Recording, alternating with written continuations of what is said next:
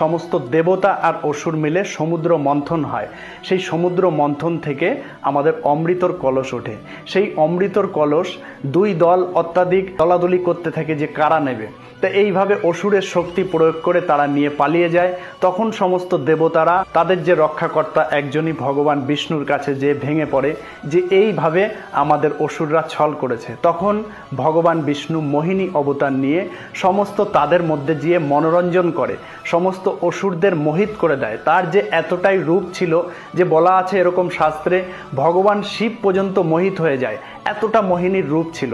সেই রূপে আকৃষ্ট করে সমস্ত অসুরদের বলতে থাকে যে তোমরা এক পাশে বসো এবং দেবতারা একদিকে বসুক, দুই দলকেই আমি এইভাবে পরিবেশন করি, কেননা তা না হলে দেবতাদের সঙ্গেও ছল করা হবে। তোমরা অসুর হলো শক্তিশালী এবং তোমরা কখনো অন্যায় করো না, দেবতারা প্রতিবার তোমাদের ছল করে তোমাদের সঙ্গে, যাতে কারোর প্রতি কোনো অন্যায় অবিচার না হয়। তখন অসুরের দল সমস্ত যে মোহিনীর রূপে মোহিত হয়ে কিছু বলছে না, যেটা মোহিনী যা বলছে সেটাই তারা করতে প্রস্তুত হয়েছে।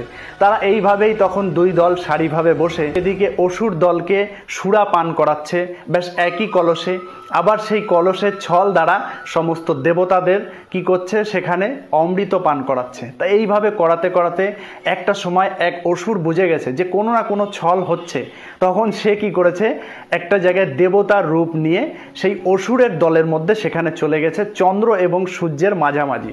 তা তখন এইভাবে মোহিনী যখন সমস্ত দিতে দিতে চন্দ্র সূর্যকে দেওয়ার পরে তারপরে সেই অসুরকে দিতে গেছে, অসুর পানও করে নিয়েছে সেই অমৃত। তখন চন্দ্র সূর্য বলে দিয়েছে যে মোহিনী এ তো সাধারণ কেউ না, এ হলো অসুর। তখনই মোহিনী তার নিজের রূপ ভগবানের রূপ প্রকাশ করে সুদর্শন চক্র দিয়ে তার মস্তক ছেদন করে সেই অসুরের। তখন সেই অসুরের মস্তক মাটিতে পড়ে যায়, এইভাবে দুই ভাগ হয়ে যায়। তারপর কি হলো, সেই কাটা মস্তক এবং ধর নিয়ে যেহেতু অমর হয়ে গেছে, অমৃত পান করেছে, তখন ব্রহ্মার কাছে যেয়ে বলছে সমস্ত দুঃখের ব্যাপার যে আমি কোথায় কি করব, আমি তো এখন অমর।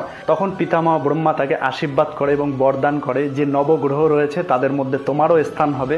তখন যে কাটা মাথা সেটা হয় রাহু এবং দেহটা হয় সেটা হয় কেতু। এইভাবে আমরা দেখতে পারি যে নবগ্রহ রয়েছে তার মধ্যে রাহু কেতুরও স্থান রয়েছে।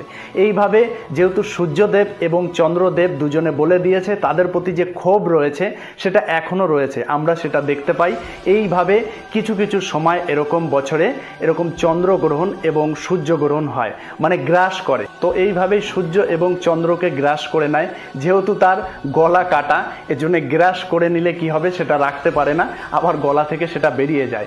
এইভাবে আমরা কিছু টাইম দেখা যায় যে চন্দ্রগ্রহণ হয়, আবার সূর্যগ্রহণ হয়। এইভাবেই চন্দ্রগ্রহণ এবং সূর্যগ্রহণ